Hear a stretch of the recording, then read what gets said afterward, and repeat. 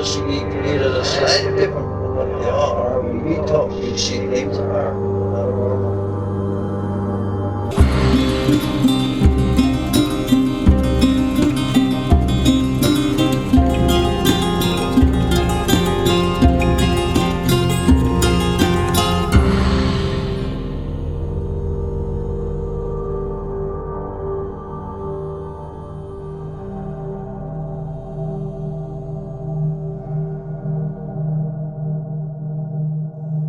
You're listening to Strange Familiars.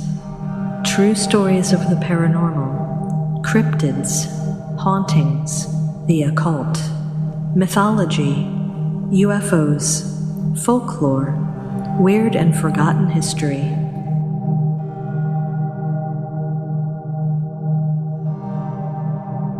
Please make sure to like and subscribe to Strange Familiars on iTunes, Stitcher, YouTube, or wherever you are listening. Please share the Strange Familiars page and episodes on Facebook and other social media.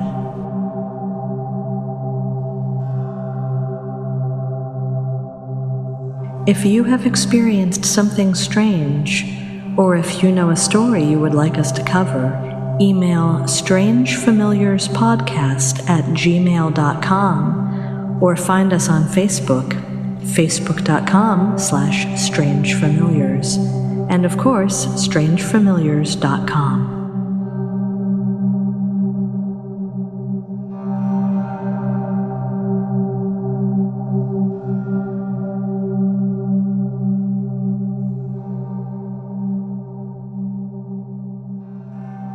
Welcome to Strange Familiars.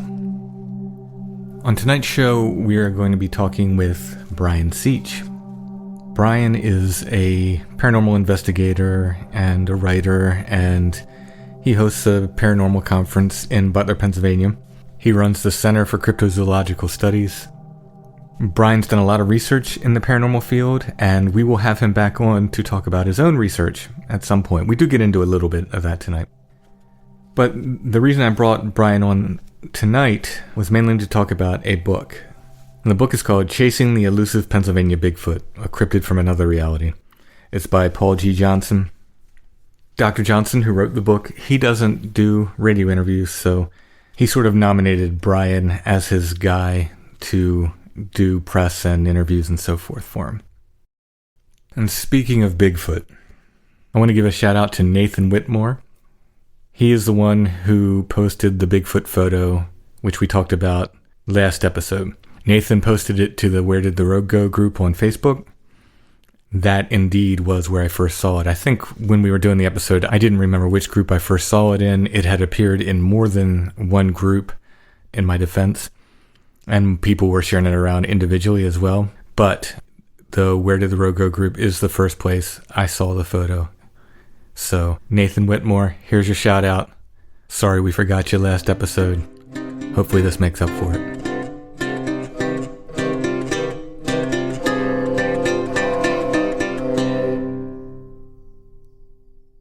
If you like what we do, if you enjoy Strange Familiars, please consider becoming a patron. Go to patreon.com/strangefamiliars. $3 a month gets you bonus episodes. We try to do one full bonus episode every month for our patrons, sometimes more. But there are other levels too if you want other rewards like t-shirts or pins, stickers, etc., etc. There's lots of different levels to choose from there. At this point, we don't take advertisements. We don't have any kind of funding other than our patrons. It's our patrons that make Strange Familiars happen. So thank you for your support, patrons. And again, if you like what we do, patreon.com/strangefamiliars.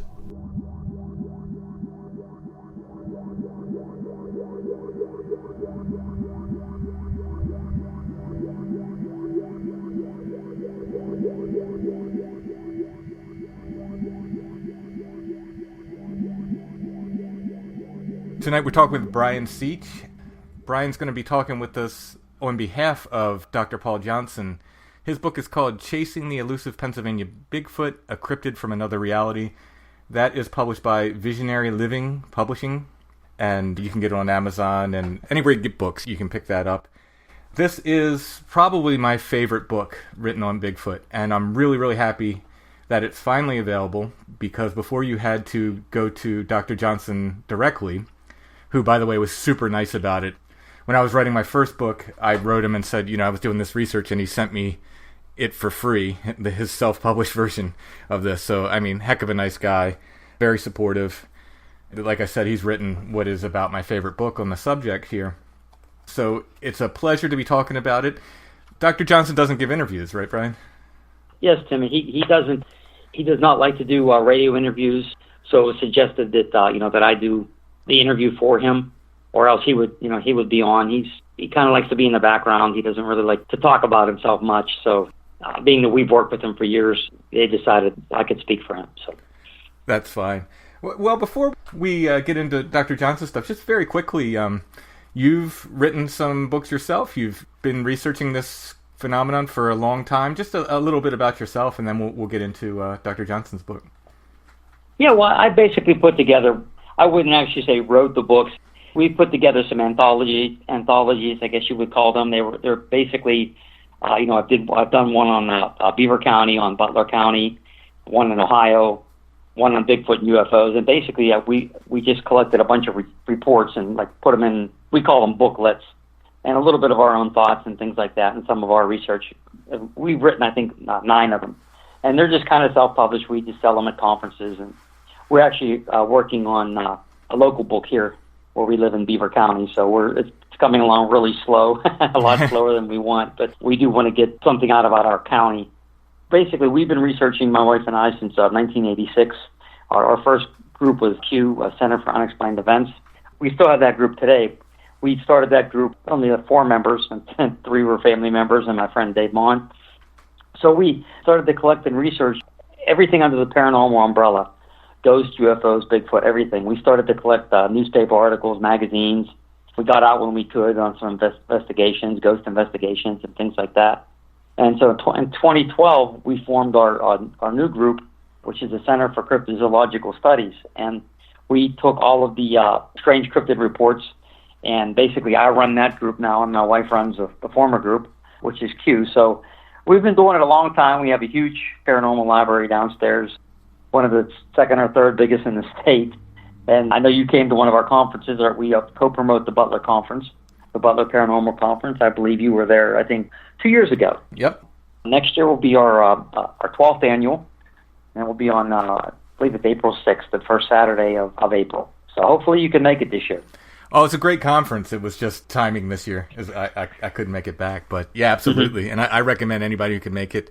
So I'm kind of on the east central side of Pennsylvania, and you guys are out on the west side for people who may not know the counties we're talking about and so forth. Most of your investigations, and indeed most of this book, kind of covers that area out there. Yes. Mm-hmm. Yes.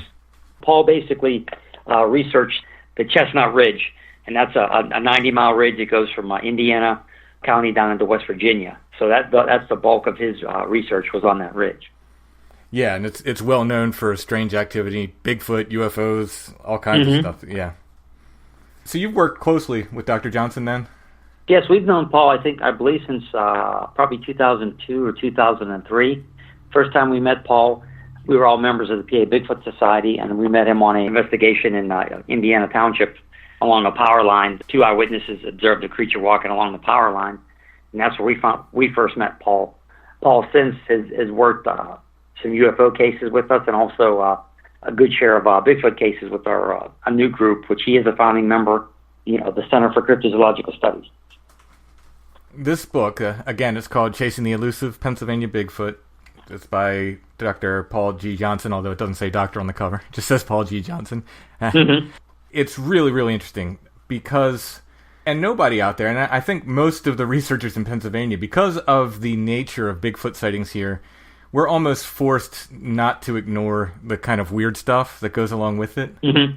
The UFOs or the weird lights or just these other, weird things that pop up with the reports. And reading this book, it was one of the first books that or the first anythings, really, not just books, that sort of let me know, it's okay to start talking about this weird stuff. Some people are going to push against it because, they simply... They don't want us to talk about that stuff. They want it to be a very simple ape in the woods, and that's all it is. And if you start talking about this other stuff, you're muddying the waters. But the fact is that other stuff is there. And it was really Dr. Johnson's writing that just let me know, kind of like, okay, I can talk about this stuff and hopefully not sound crazy. But yeah, I agree with you on that. I definitely agree with you on that. Yeah. Do you find that when you research this stuff, either with Dr. Johnson or otherwise, you're just running into that, the UFOs and the mystery lights and the orbs and stuff with these Bigfoot sightings? Most of the sightings that we get, especially on the Bigfoot side, they don't really have a strange aspect. Most of the time, hey, someone's driving down the road, they see one of these creatures cross in the woods, or people say, hey, we believe we have a Bigfoot creature on our property. There's very few times that there's actually lights in the sky or these creatures do something different. Now, again, I think, Paul would even tell you that a lot of these, we call them high, being in Pennsylvania, we call them high strangeness cases. Longtime researcher Stan Gordon, he's the one that in 1973 there was a huge UFO Bigfoot wave in Pennsylvania, and what kind of started a lot of this, there would be UFO sightings and Bigfoot sightings, strange creatures that were even coming out of a UFO in Uniontown. So there has been a lot of weird things, especially in Pennsylvania, but they are still a small portion of the overall number of Bigfoot sightings. Mm-hmm. Well, I'll give you an example. There is, right from this book, case number 5320 is a York County case, and it's on Green Valley Road. It's not far from me. It's in a town called Seven Valleys, right outside of York. Mm-hmm. And completely randomly, I was talking to a woman. I have a woman there. She's in her 60s or 70s. I've never met her in person. I'm just guessing by her voice and by the amount of information she has. She's been keeping records. She's very interested in ghosts and ghost stories and the paranormal mm-hmm. and so forth. And she will call me once every month or once every other month and just wants to talk and tell me stories and so forth. Mm-hmm. And she told me, and it matches up with the date in September 1982 when this sighting in the book was, the night before that sighting, her father had a UFO sighting in Seven Valleys.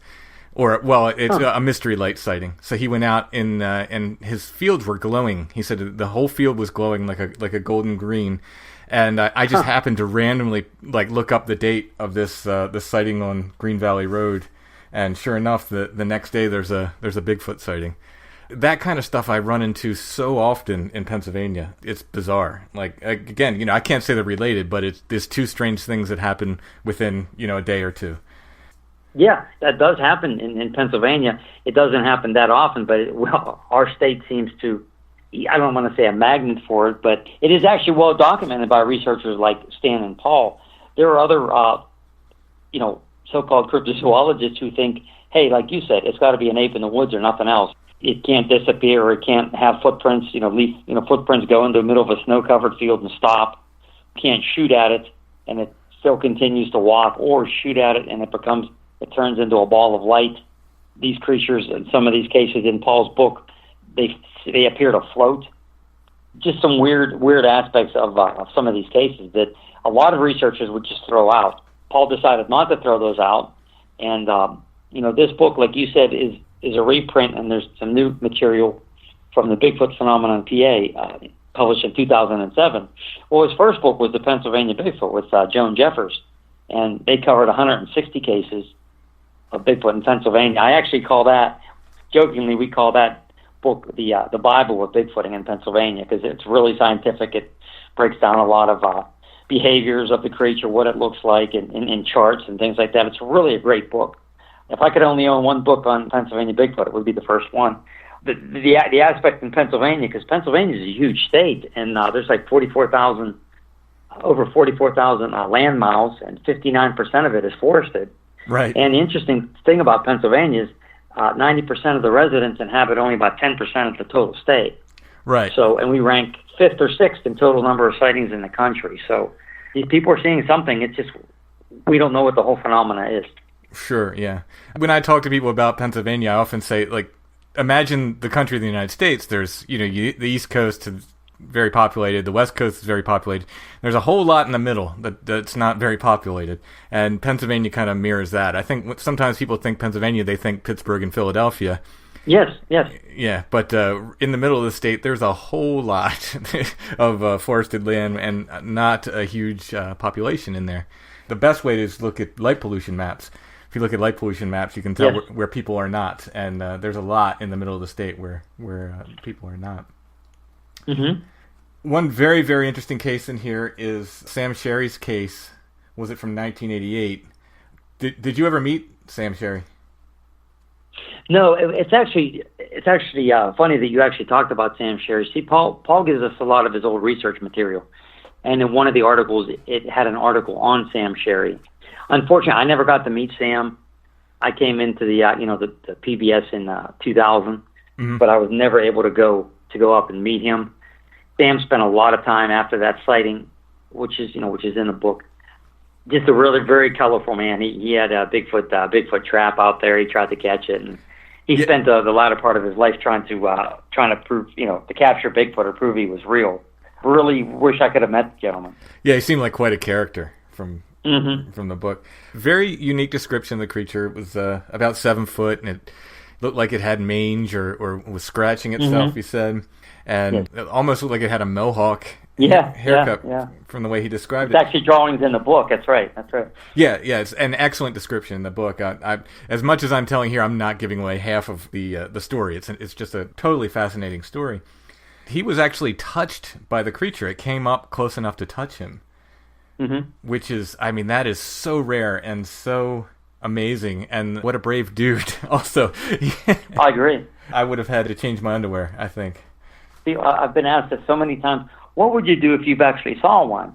And sure, you could say, hey, I do this or I do this. How do you actually know? Even though I spent a good portion of my life researching this, you don't know until it would actually happen. And that's the reason I do this. I want to see one of these things. I've never seen one. I've heard some strange yells, things like that, but I have never seen one. And I envy the people who get into it after they've seen one. I'm actually doing it the other way. I've read about the eyewitnesses, and I've talked to a lot of eyewitnesses who claim they've seen them. A lot of them, it's changed their lives. They're driving down the road, something crosses the road or looks into their window, something that science says doesn't exist, and all of a sudden they're seeing this. So how you would react? Hopefully I find out one day, and I'll let you know. Just get off topic just for a little bit. Are you getting any more reports than usual this year? Well, we actually just did a case 2 weeks ago here in Beaver County, where an eyewitness was sitting overlooking the river, and he had this weird feeling like he was being watched. So he drove past this area, a small area of woods, and he claimed this creature was about almost 7 foot tall and had green glowing eyes, and it stepped out from the tree and looked at him. We were able to check out when we got the report, it was probably about a month afterwards, because it happened, I think, May 19th or something like that. So we just went out about 2 weeks ago because we just got it. And they claimed there was a print there. They took a picture of a print, and they said it was 3-toed, but you couldn't tell from the picture. We checked the exact area, and there was nothing there because of all the heavy rains that we get off and on lately. Sure. But I went down there and checked the area out. It was on a big hill. It looked like that there was an area where something might have went through, but it was you couldn't tell for sure. And then we received an older report here in Beaver County. So the last couple have been in my county, in Beaver County. So it seems to be this year might be a better year for reports. Some years you hardly get anything. So it also depends. I think the reports are out there, especially in my county, in Beaver County. People just don't really know who to go to, even though we've been out there for a long time. Yeah. And it's a very tight-lipped community. They don't want to talk about things like this. It's the same here. The Pennsylvania Dutch over on this side of the state, they do not talk. They just don't talk. Yes. Very hard to get them to talk. This year has been more active than any for me as far as getting reports, both old and new. I've gotten more reports probably in the past 2 months than I have in most years normally. It's been that's good. That's good. Yeah, it's been really, really active. I was just wondering if it was the same across the state, and I don't know what to attribute that to. I don't know if maybe my name's just getting out there enough now, where people are like, this is the guy for York County, or if it's just random. I don't know what to attribute that to, but I do find it interesting. Like all of a sudden, it seems like out of nowhere, I'm just getting reports, like 3 a month, as opposed to maybe that many in a year. And I think this year is going to be we have another report or so pending also, so it's an older report in Beaver County, but the person has yet to send in the report. So this is why we do it. One of the things is, we're a document, archive group. We archive old newspaper articles, and we don't want this to get all of this stuff to get lost. We intend to publish, we're calling it the CAP, the Cryptid Archive Project, and we're attempting to a little later in the year get people's emails and start sending out some of these like old newsletters, old clippings via email, so that they have it for their records and they can use it for their research, because it's important, we believe, to get this stuff out. A lot of the newer researchers don't really do things like that. If it's not on the internet, it doesn't count, type thing. Right. A lot of old stuff, in the archives, like your book. And sure. Your book on a Pennsylvania Bigfoot, which is excellent, by the way. So, Thank you. That's what we need more of. Yeah, that was labor of love. It came out of my first book, and then I find myself I'm going to try to do the whole country. We'll see.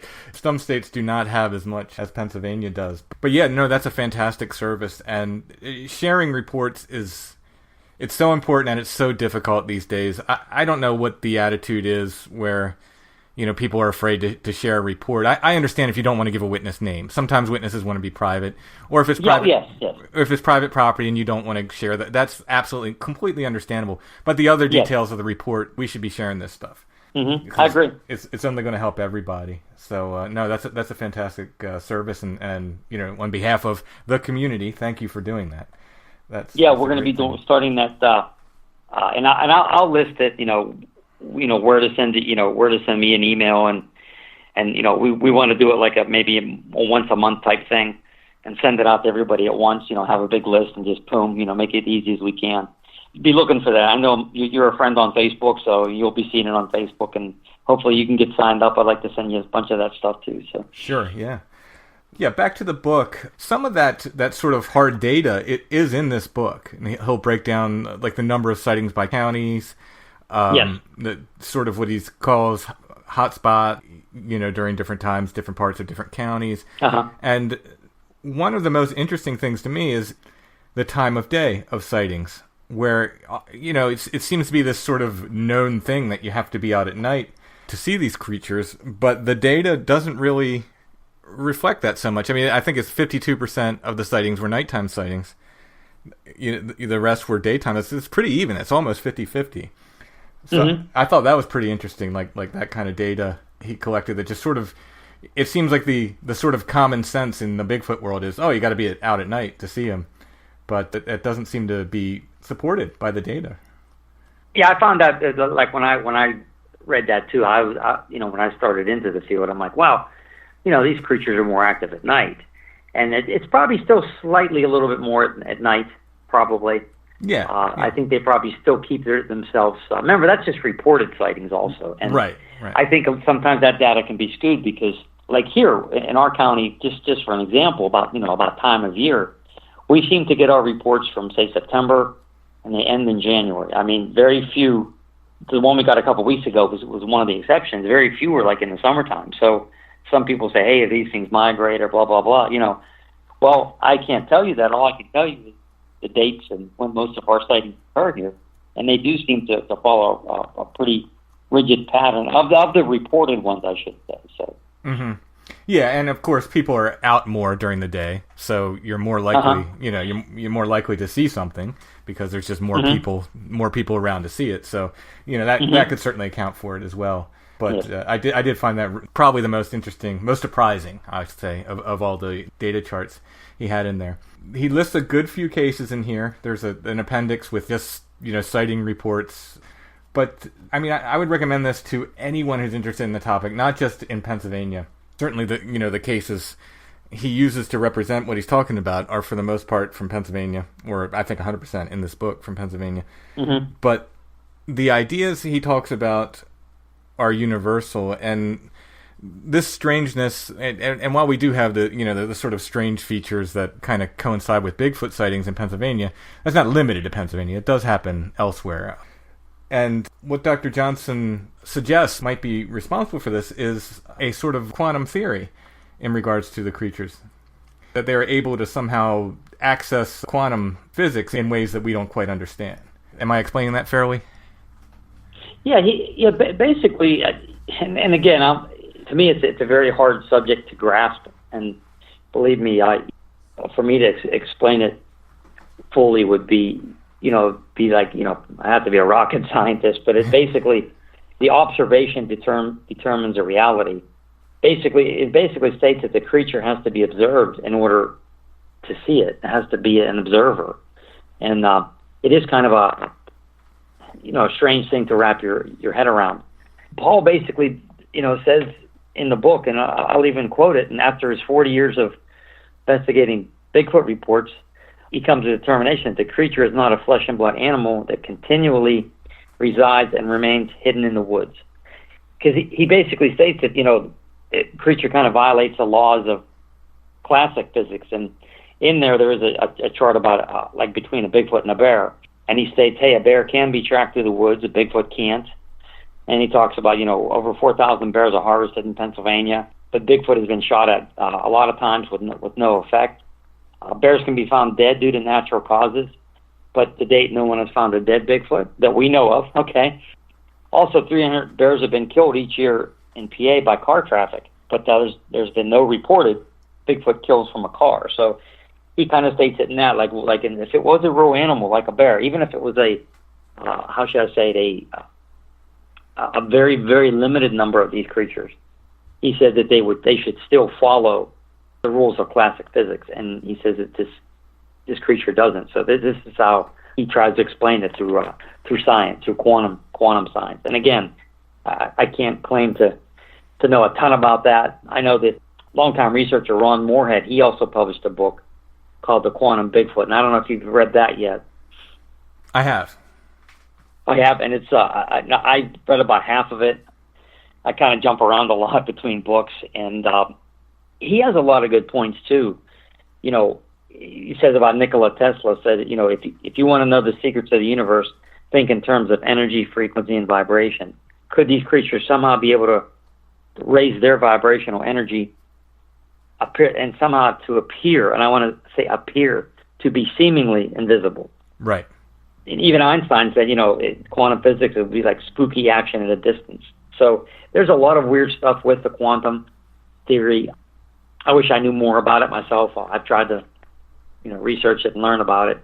In the book, I have to say, Dr. Johnson does a very, very good job of making it understandable. It might be hard for you and I to sit here and explain it, but if you read the book, he explains it in such a way that it makes it very friendly to the layman. You don't have to be, you don't have to have a PhD in physics to understand what he's talking about, the way he writes it. So I would really recommend, like, if people are interested in that side of things, in checking out the book, for that chapter alone. Like I said, the whole book is really interesting, really fascinating, but that chapter really opened my mind. And I want to make the point that when I say they can access the quantum realm, or they have this, it's not like they have a box of buttons, where they're where they're pressing these buttons or something that allows them to do that. It might be a very natural aspect of them, as natural as it is for us to do, walk or do something else. They may be able to enter these states, so, like you said, raise their vibrations or however it's done.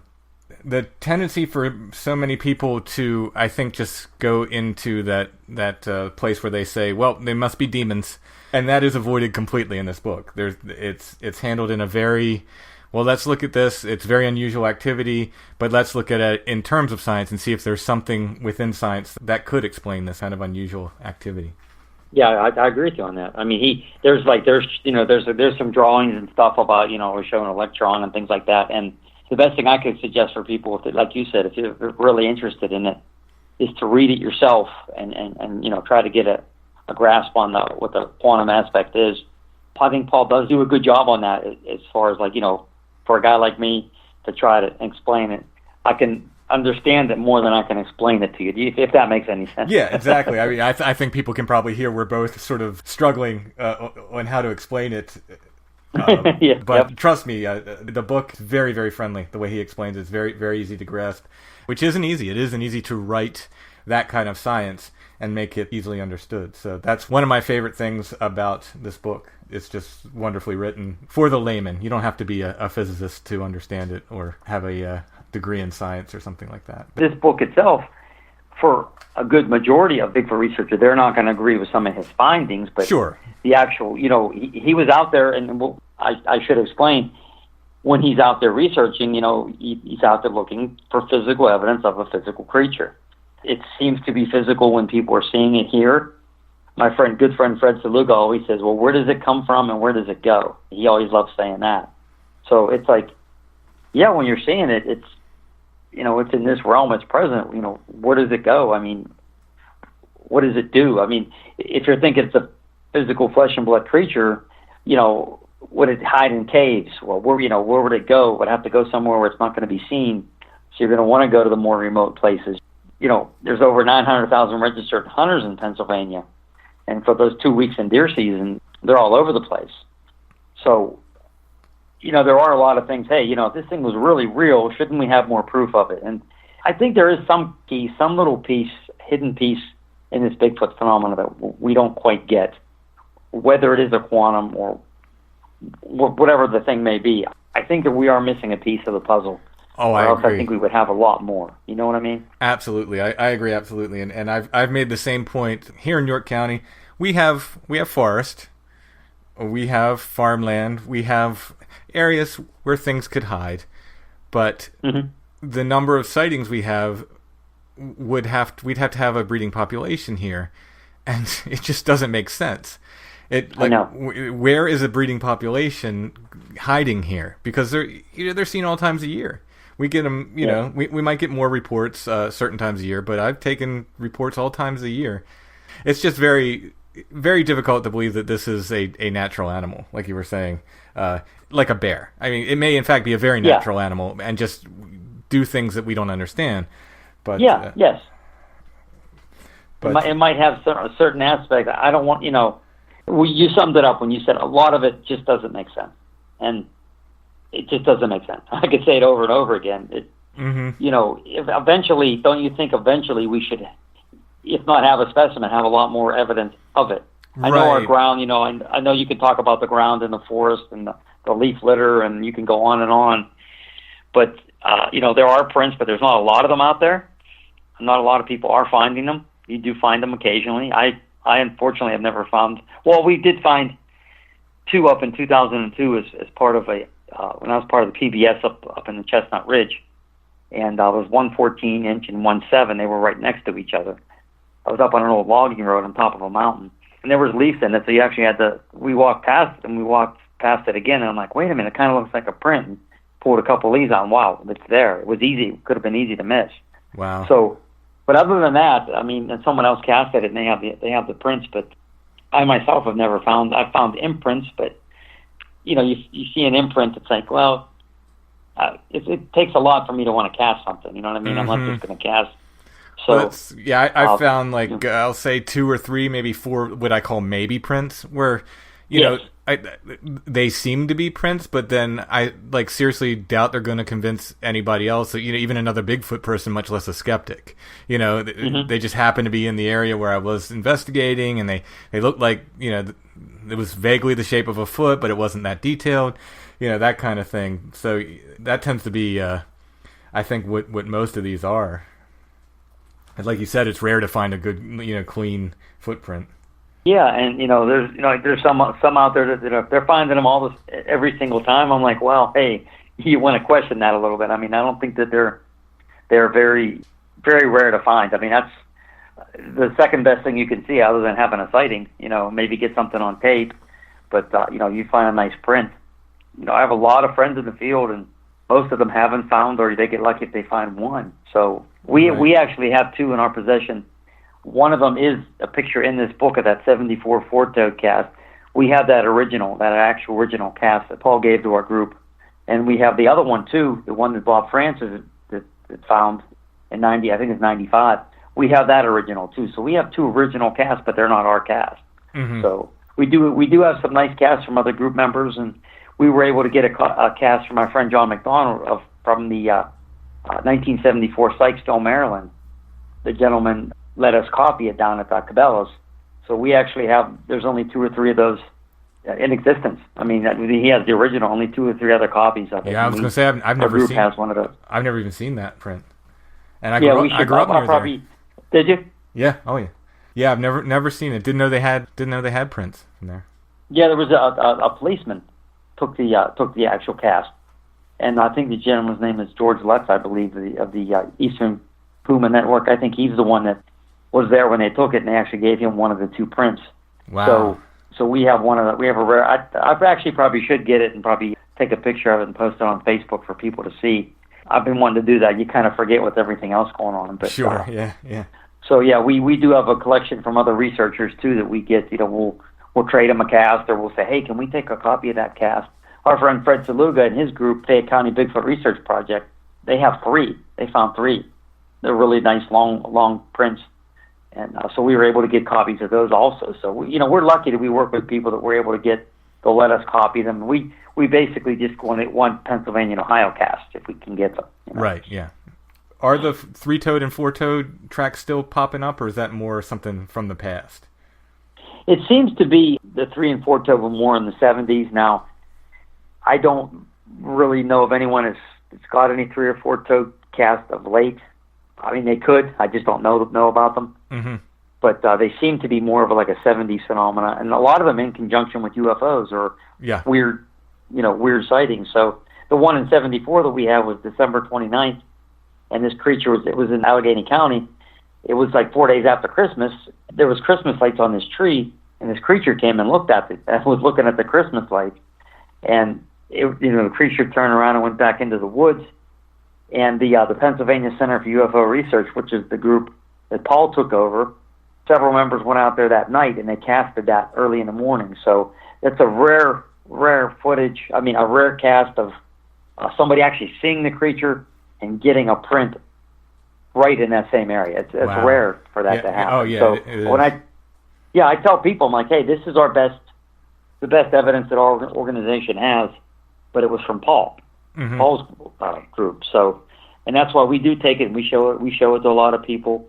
It is, if I would have to say, was this from a Bigfoot creature, I would have to say that over anything I've seen. Was that a 3 or 4-toed? That was a 4-toed. 4-toed one. And that picture is in the book. And, okay, all right. Yeah. Yep. You'll see it. It's in the book. And the other one also that we have the original copy also. Yeah, we were getting 3-toed tracks here, but again, like you said, it seemed to end in the 70s. Uh-huh. I don't recall any 4-toed tracks from here. Even other Bigfoot people give me grief on the 3-toed tracks, and I don't know what to tell them other than that they were seen in the western part of the state. They were seen on this side of the state, and Boggy Creek, I think, had some 3-toed tracks down there. I did hold one of the casts of the 3-toed tracks from around here, and I don't know. I don't know if it was the same type track. It was long, and to me, it looked like the toes could have been. It's called a syndactyly, I think. They're sort of forged together.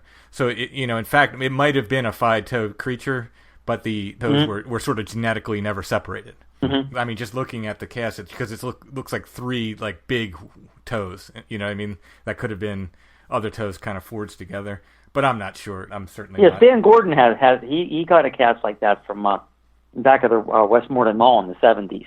Mm-hmm. And there actually was, in our local newspaper in November of 73 here in Beaver County, that there was some lights seen. And some lady claimed that she saw, a large gorilla-looking creature in the area. And there was a picture of a 3-toed footprint here in Beaver County. I believe Stan probably has that cast, but he's never, to date, I don't think he's ever shown anybody yet. So, yeah, the one I had was from Bob Chance. He let me hold it and photograph it, and I keep meaning to call him and see if I can get a copy of that because it had been repaired several times, and I know he was very worried about it. He was like, please don't, please be careful with this, don't break it. I'd love to get a copy of that because there's very few of the tracks around here were cast in the 70s, and they're all very, very precious. So I'll have to contact Bob Chance and see if he'll let me get a copy of that because it's pretty amazing. Yeah, I've met Bob Chance 1 or 2 times when he was at TA Bigfoot Society conference in Jeanette, and wonderful guy, wonderful researcher. He's been around for a long time, like Paul has. Yeah, Bob's been around forever. I mean, he was poking at this stuff, and most of the articles I dig out locally, from the 70s and 80s, I think 90% or more of them mention Bob in some way. He's some way involved in investigating the cases. So yeah, our friend Rick Fisher, I believe you know Rick. Yeah. Mm-hmm. He was up at our conference this year, and he brought me a whole huge file books of old newspaper articles because he wanted to add to our library, and he knows that we collect them. And it was like Christmas time for me. I mean, and there was a lot of Block Chance articles in there, a lot, and a couple of pictures of him with the three toed cats. So it was like Christmas morning, and when he brought them, and he brought them like on a Friday night, and it was like I was still looking through them at midnight, even though we had to get up early to go to the conference the next day. I'm like, I'm so excited, I'm a geek, though, So what am I? No, I'm the same way with these articles. If you drive through Pennsylvania in summer, you're like, oh, look at all these places to hide. Then you go in the winter, it's like you just see the trees without leaves. You're like, really? Could something really live in there? You know what I mean? You kind of change your tune a little bit, but where do they go? Where do they live? That's you have to be in some of the deepest parts of the forest, underground. I don't know. That's the biggest question. And I have an article in the latest volume of Wood Knocks, and in that article, I just talk about 8 square miles in York County. So that's all it is, just 8 square miles, and the incredible number of sightings we have in this area called Delta Peach Bottom. To account for the number of sightings, again, they're every time of year, so either they're living there or they're going through that area on a regular basis. Yeah. So if they're living there, then there has to be young ones there, and presumably, young creatures make mistakes. That they're just you're not usually born, knowing everything and with all the skills of an adult. It just doesn't happen. Beyond what is it eating, how is it supporting itself, how are family groups organized. With the number of hunters and the number of open carry gun owners in York County, it just seems to me like there can't be family groups here. There can't, because where are the young ones? Where are they hiding them? Where are the Bigfoot playpens where they keep these things so they don't wander into the road or whatever, whatever the case would be. So like you said, a lot of it just doesn't make sense. I sit there and I try. Okay, well, if they watch who their number one predator is, and that's man, they do what we don't. We're more in the suburbs and stuff. Well, they're in the woods as far back as they can.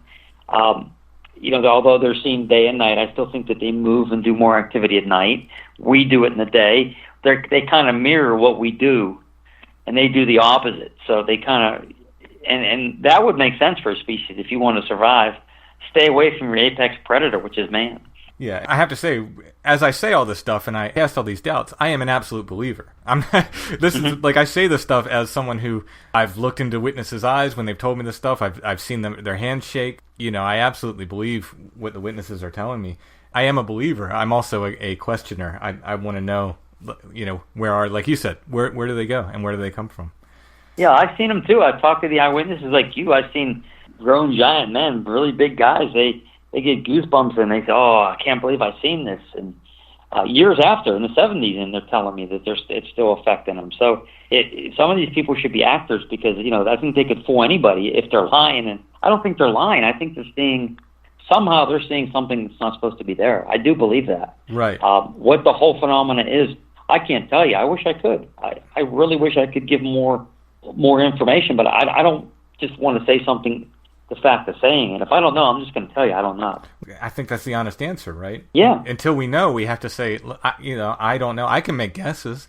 You can guess, yeah. I have theories, but it amounts to science fiction until we can prove it, Yep. That's the real thrust of my sort of argument with this, and to make people understand that, no, I think people are seeing something. I think it's something very real. It's something that leaves footprints and hair and manipulates objects. It's not a ghost in as much as it ethereal or something. It's very much here. It's as real as the microphone in front of me.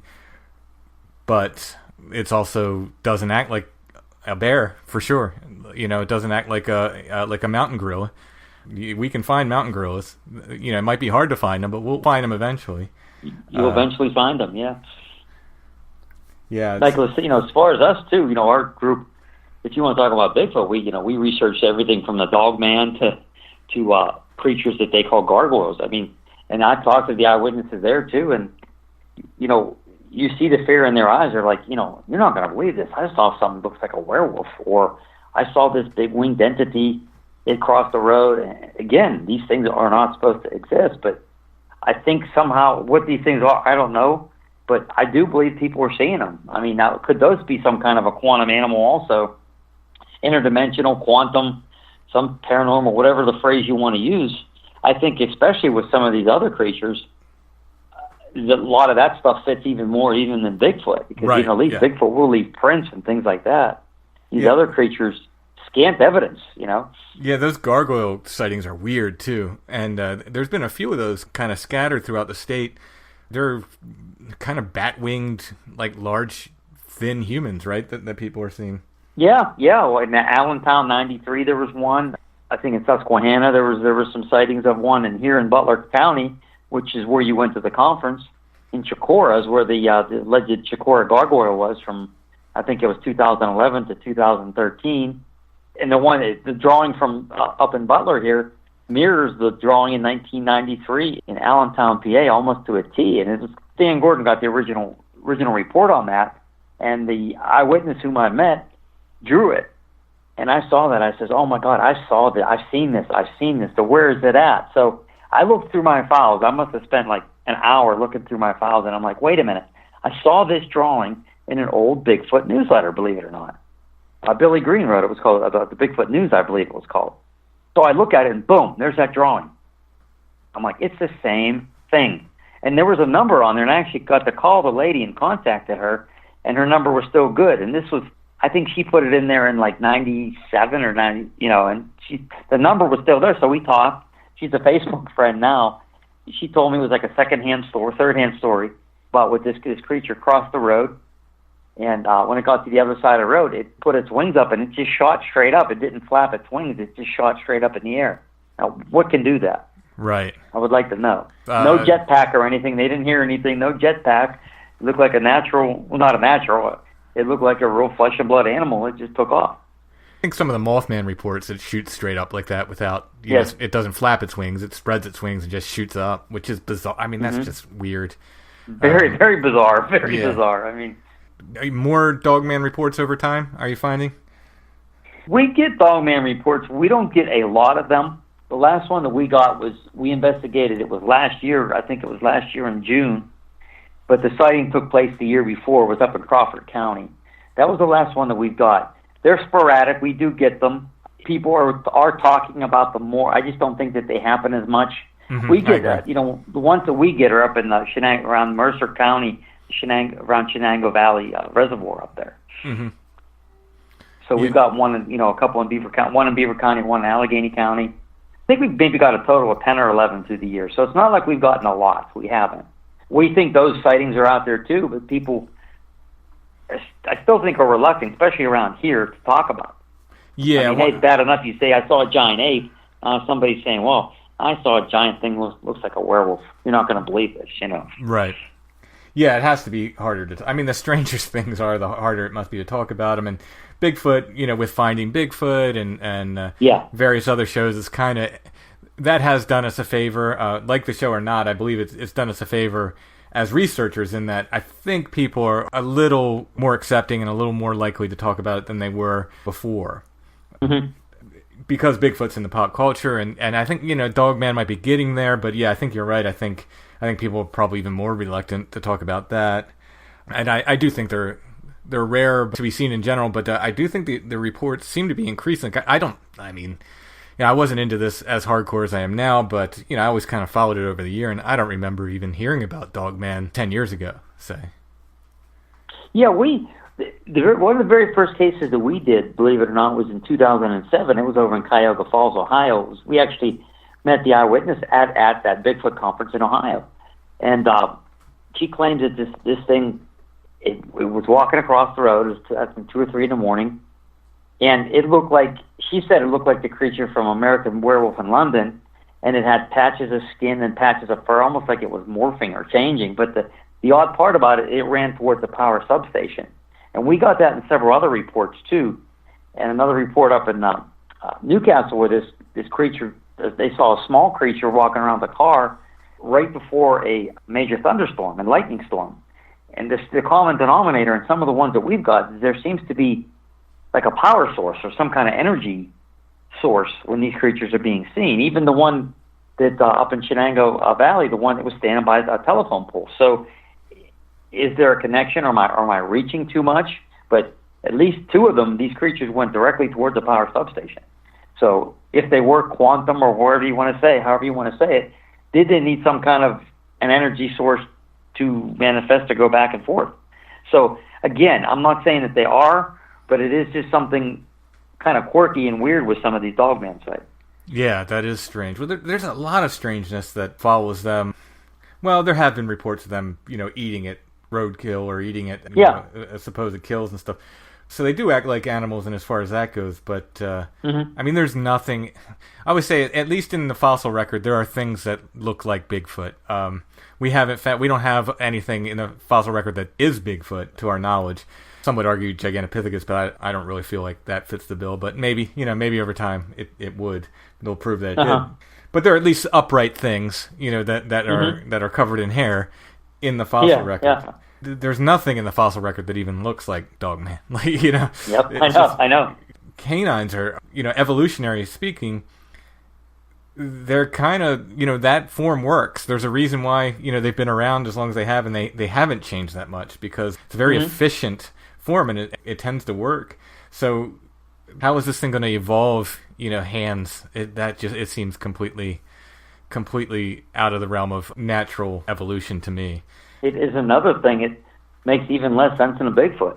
I mean, believe me, the people I've talked to, I think they've seen what they've seen. I'm not doubting them. Right. But right. It's another thing. It just doesn't make any damn sense. Yeah. Yeah. And your book, by the way, not to change the subject, but I really did like your Beyond the Seventh Gate book. I thought it was really good. Oh, I'm working on the follow-up right now, so hopefully by the end of summer, which gets even weirder. I found some new information. It's got the historical stuff in it, but I found a lot of really, really strange witness reports that are in there, and then put in some of my own experience. It definitely takes a turn for the strange. Well, I will share it. I shared your other. I do share your stuff on my pages. Yeah, you've been very kind about that. So thank you for that. Thank you. Okay, well, the book we were talking about tonight is called Chasing the Elusive Pemmsylvania Bigfoot: A Cryptid from Another Reality. It's by Paul G. Johnson. Again, that's published by Visionary Living. You can find it wherever books are sold. Gets my highest recommendation. Brian, thank you so much for coming on and talking with me about it. If you see Dr. Johnson, please give him my best. Tell him I really appreciate his work and I love his book. Oh, I will tell him thanks. I'll probably see him in about a month or so, and I appreciate you having me on and a chance to talk about the book. I thank you. Sure thing, and we'll have you back again, and we'll talk more about your research and so forth. Okay, thanks a lot.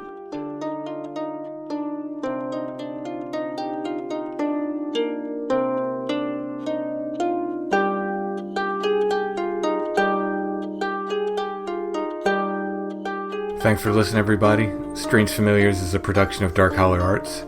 Music, books, art, podcasts, and more. darkhollerarts.com. If you're on Facebook, look up the Strange Familiars Gathering Group. Join and share your stories, creations, get news about the show, and more. Intro and background music is by Stone Breath. Go to stonebreath.bandcamp.com for more.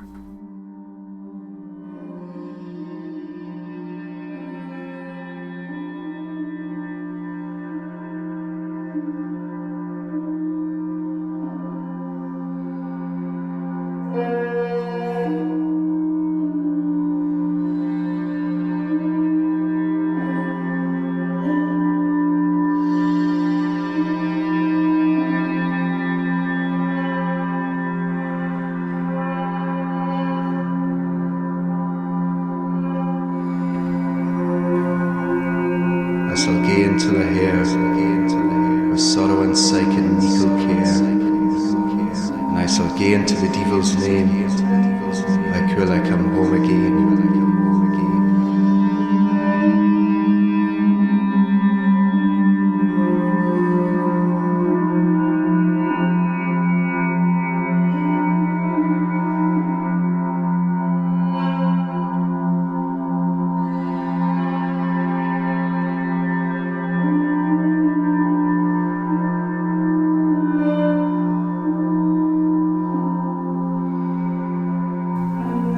I shall gain till a cat, with sorrow and psyche and a black shat. I shall gain to the devil's name, I kill I come home again.